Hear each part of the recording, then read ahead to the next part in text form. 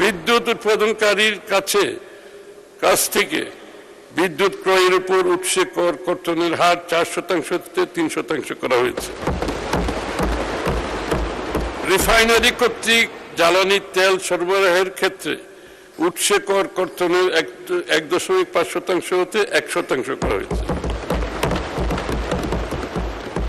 Recycle পণ্য ও recycling কাঁচামাল এর কর হার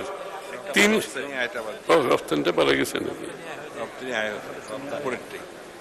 বিদ্যুৎ উৎপাদন ও রপ্তানি সরি একটা ছোট মিস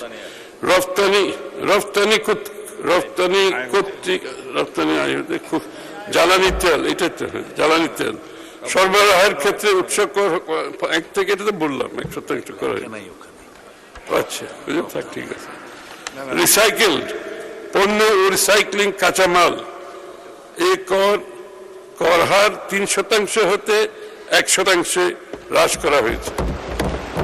এটা হচ্ছে আমাদের বর্জ্য ব্যবস্থার উন্নয়নে এবং রিসাইক্লিং প্রসেসগুলোকে যাতে আমরা আমাদের অর্থনীতিতে সঠিকভাবে কাজে লাগাতে পারি।